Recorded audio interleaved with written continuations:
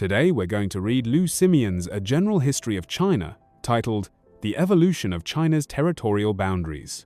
In this chapter, Mr. Liu gives a brief summary of how China's vast territory gradually took shape. He goes into more detail in later chapters, but here he provides a concise overview. To start, there's a common misconception among the general public that the so-called Eastern Hemisphere refers to Asia and the Western Hemisphere to Europe. But natural barriers like rivers or lakes don't truly separate civilizations.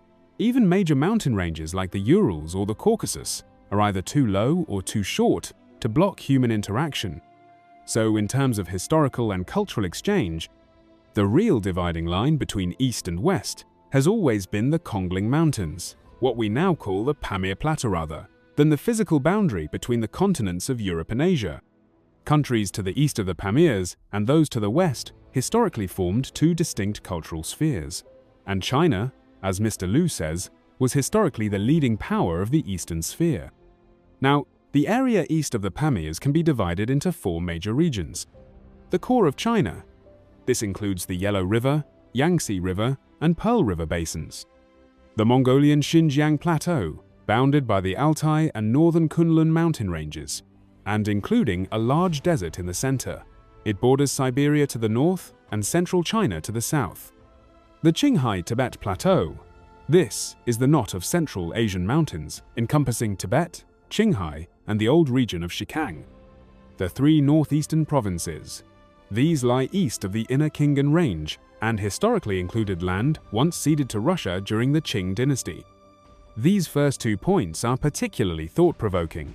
Liu is essentially making two main arguments.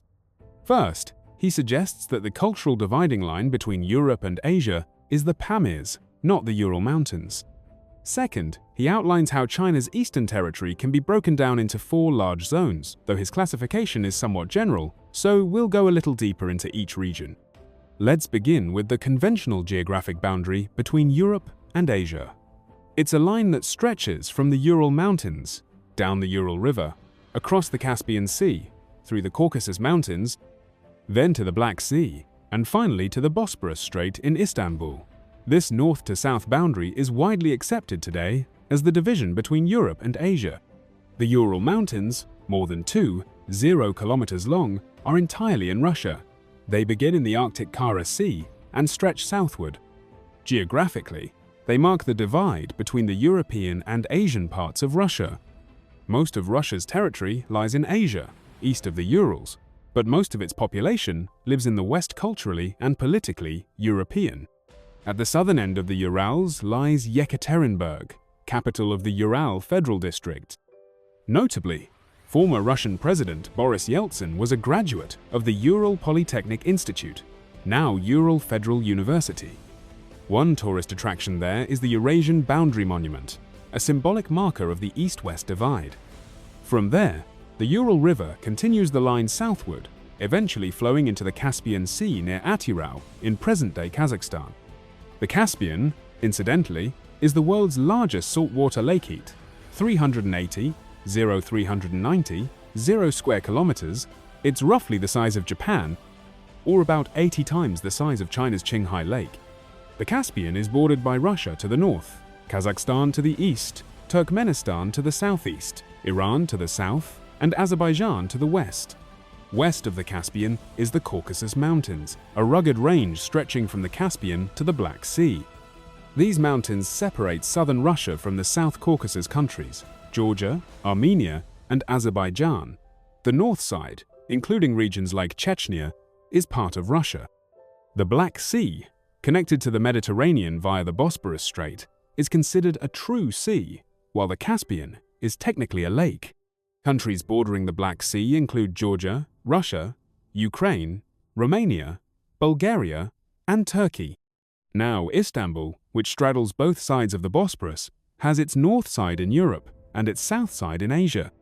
So when you look at a map, it becomes clear that eastern Russia, Kazakhstan, Turkmenistan, Iran, Turkey, and the Caucasus nations lie in Asia, while countries like Ukraine, Romania, Bulgaria, and Western Russia lie in Europe. Now let's go back to the Congling Mountains, or Pamir Plateau dividing line Lu, emphasizes from a cultural and historical perspective. This region used to belong to China until the late Qing dynasty, but it was later ceded, parts to Russia, parts to Britain, and eventually became parts of Tajikistan and Afghanistan.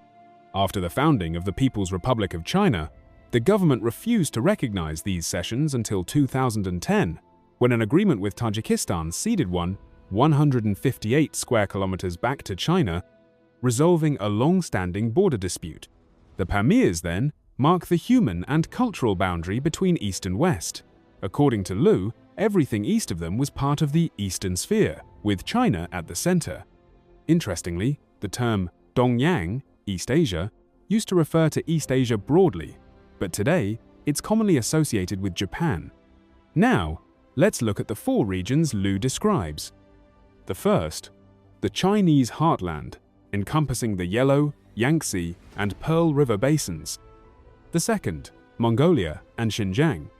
The third, Qinghai and Tibet, including Zhejiang. The fourth, the northeast provinces, including areas once ceded to Russia beyond the outer Khingan Mountains. Here, Lu laments the loss of territories like the outer Khingan Range to Russia, citing the Treaty of Aigun and other unequal treaties that led to over 600 square kilometers of land being lost. Among these 4 regions, the first to develop was, of course, the core of China. The earliest record of China's territory appears in the chapter Yu Gong from the Book of Documents. It's debated whether this truly reflects the time of Yu the Great, but even if it does, it likely refers to the cultural influence of the Chinese people rather than actual administrative control. Before the Western Zhou dynasty, the main base of the Han ethnic group was along the Yellow River. By the spring and autumn period, southern states like Chu and Wu began rising. During the Warring States period, Qin absorbed the Ba and Shu regions, and development expanded into the Yangtze River basin. Under the Qin, southern territories like Guangdong, Guangxi, and northern Vietnam were incorporated into the empire through the establishment of Guilin, Nanhai, and Xiang commanderies. To the north, the states of Wei, Zhao, and Yan expanded into areas that now include Inner Mongolia and Liaoning. The territories beyond the Great Wall, like the Mongolian Plateau and Xinjiang, weren't brought under real Chinese control until the Han dynasty, though these regions were often lost and regained depending on military strength. Tibet didn't have much interaction with China until the Tang dynasty, when the Tubo kingdom rose in power. It was fully incorporated only under the Yuan and later Qing dynasties. The official annexation of Tibet into China occurred during the Liangzhou alliance in 1247 between Tibetan leader Sakya Pandita and Khodan, son of Genghis Khan. Lu also mentions the Qin conquest of southern territories in modern Indochina, what we now call the mainland Southeast Asia, which includes Myanmar, Thailand, Laos, Cambodia, and Vietnam.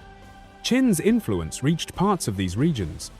He also breaks down how various northern and southern commanderies were established by the Qin and Han dynasties, and how later dynasties like the Tang, Song, Yuan, Ming, and Qing further adjusted political boundaries. Under the Qing dynasty, China had 18 provinces: Jiangsu, Anhui, Zhejiang, Jiangxi, Hubei, Hunan, Sichuan, Fujian, Guangdong, Guangxi, Yunnan, Guizhou, Zhili, now Hebei, Henan, Shandong, Shanxi, Shanxi, and Gansu. Later, 4 more provinces were added: Xinjiang, Heilongjiang, Jilin, and Liaoning, making a total of 22. When the Republic of China was established, the number of provinces increased to 35, including some that no longer exist today, like Reihe, Xikang, Chaha, and Suiyuan. Parts of these now belong to Tibet and Sichuan, such as the Chamdo area in eastern Tibet and the Ganzi Tibetan Autonomous Prefecture in western Sichuan.